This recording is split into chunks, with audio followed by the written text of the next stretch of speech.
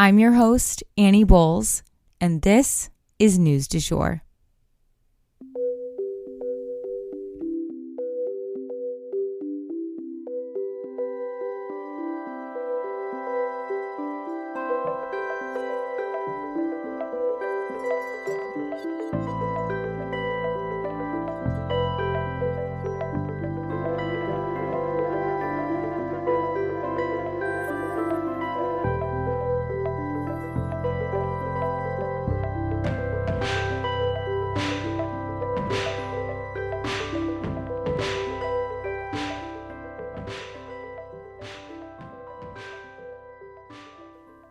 Hey everyone, and welcome back to the News du Jour, a calmer space to consume the news. So it came to my attention, thank you to those of you who reached out, that Friday's episode did not upload. So what we're going to do is we're going to have all of Friday's content here on this episode, along with some updates for today. So let's go ahead and get into it. I do have to kind of warn you guys that there are some tougher news stories today, just so that you're mentally prepared.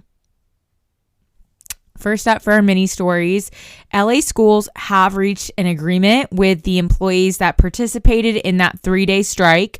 30,000 bus drivers, cafeteria workers, and classroom assistants will now have much better working conditions. So back to class. And for our second mini story today, as tensions are rising between the US and China, other countries are starting to pick sides.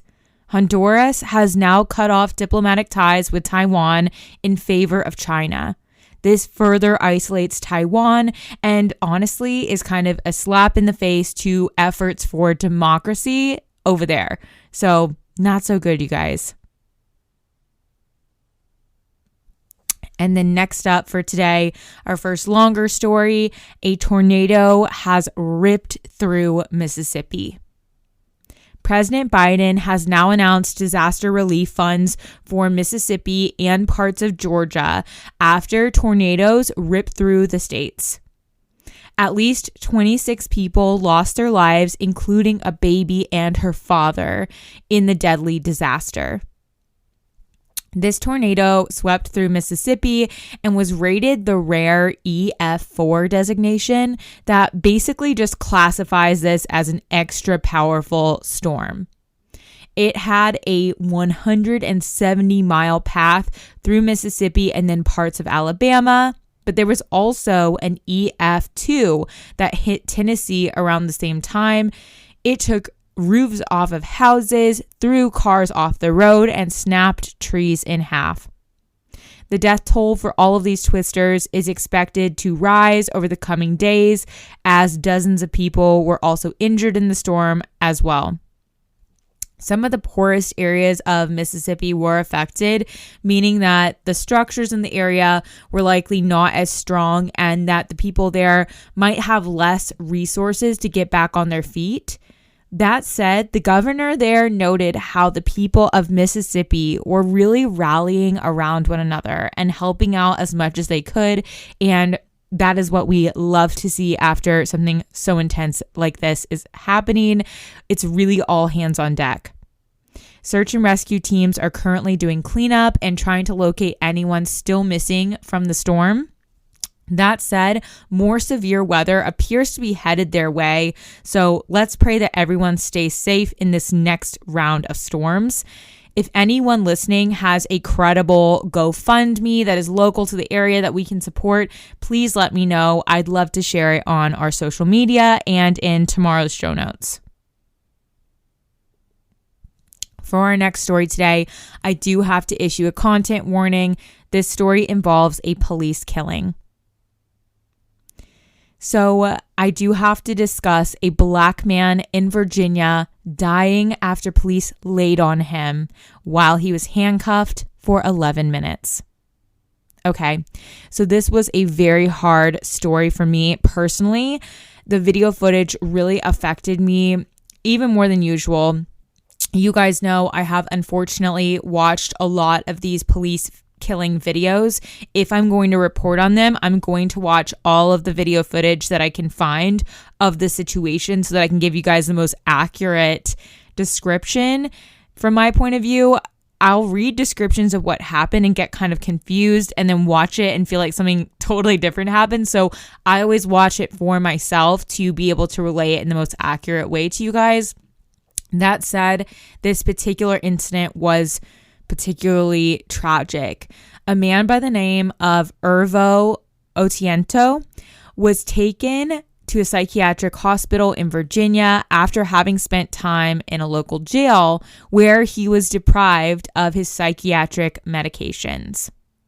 When he arrived there at the hospital, he was handcuffed. Video footage shows him being thrown to the ground, again, in handcuffs, and 6 different police officers and at least 6 psych professionals tending to him. And it looks like at least 6 adults, all grown men, were putting their weight on him at the same time. And the next thing you know, they are attempting to revive him with CPR, and he is pronounced dead. Of course, psychiatric patients can pose a danger to themselves and to other people. But once someone is in handcuffs, you'd think it wouldn't take much more than 1 or maybe 2 police officers to control them. And apparently, that's what the county prosecutor thought too. She charged 7 different sheriff deputies and 3 employees of the psychiatric hospital with second-degree murder, you guys. Ervo had moved from Kenya to the United States with his family when he was a child. They had been working hard for their American dreams to come true.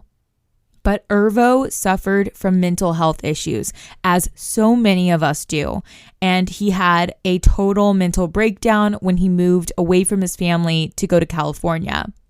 He was not treated with kindness and care and empathy as he should have been at this hospital.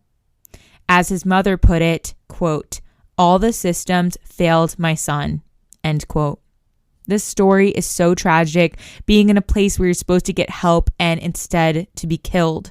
Our hearts go out to everyone affected by this loss. Mental health care in America has a lot of room for improvement, and I'm hoping this can help motivate change in terms of how we treat those in need. And for our next story today, we are discussing Haiti being overrun. So we have talked extensively about the gangs in Haiti on this podcast. But just to catch you guys up in case you don't remember or you're a new listener, basically the country of Haiti has a huge gang problem to the point where average citizens will take out ransom insurance just in case they get kidnapped and held for ransom by these gangs. That way their family would be able to pay the ransom without having to use their own funds. But the problem with that is it gives the gangs exactly what they want: funding and the power to basically up the ante continuously. And with their president in Haiti having been assassinated not too long ago and climate change absolutely clobbering them, things are feeling as unstable as ever and maybe entering a new era. Now the gangs are literally taking over the government, as if they hadn't already. They pretty much already did things as they wanted to. They kind of ran things, but this time it's more from a practical standpoint. They are attempting to make it kind of official by taking over the capital. They've even infiltrated the wealthy areas of Port-au-Prince, the capital city. The police simply do not have the manpower or firepower to control these gangs. So at this point, no one is immune to their power and they have free reign. So you have to ask yourself at a certain point, who is really in charge here? If it's not the police or the government, then it is the gangs. There's virtually no version of a legislature right now because their parliament lapsed in January. It's a house of cards that appears to be fully falling down. And it's almost feeling akin to a civil war, with the remaining police force attempting to take on the gangs, who just recently went on a killing spree looking to murder as many police officers as possible. Those who weren't killed, police officers that weren't killed, are feeling like the $200 they make a month may not be worth the risk to their life at this point. So the police force is completely falling apart as well. Some people are leaving the country over safety concerns, but that's obviously people with means. Those who are impoverished there, which is over 87% of the population as of 2021, according to the World Bank, have fewer options. Those who remain are in a type of self-imposed lockdown for their own safety, trying to stay inside as much as possible so as to avoid all the bloodshed and, misdirected bullets. This is a country that has been on the brink of collapse for quite a while, but its destruction is looking more imminent than ever. If the US government thought that they could really make a long-term difference, our government would probably intervene. But after Afghanistan and Iraq, it's clear that coming into a foreign territory trying to install peace only prolongs the inevitable. That said, it is expected that the U.S. may try to help in terms of aid or sending weaponry as appropriate. Let's hope that things can settle down soon and return to safety for the innocent people there living in fear. And that is the news du jour. Today, I wanted to leave you guys with the quote, "Not all storms come to disrupt, some come to clear your path." If you enjoyed this episode, please subscribe on whatever podcast platform you use to listen. A rate and review or shout out on social media would mean the world to us and help us be able to keep creating the news du jour. But the best way to support all of our work is to become a patron at www.patreon.com/sugarfreemedia. You can also follow us on social media under sugarfreemedia.co on Instagram and just sugarfreemedia, all one word, on TikTok. We appreciate you listening and look forward to telling you about the news again next time on News du Jour. Broadcasting from Oklahoma.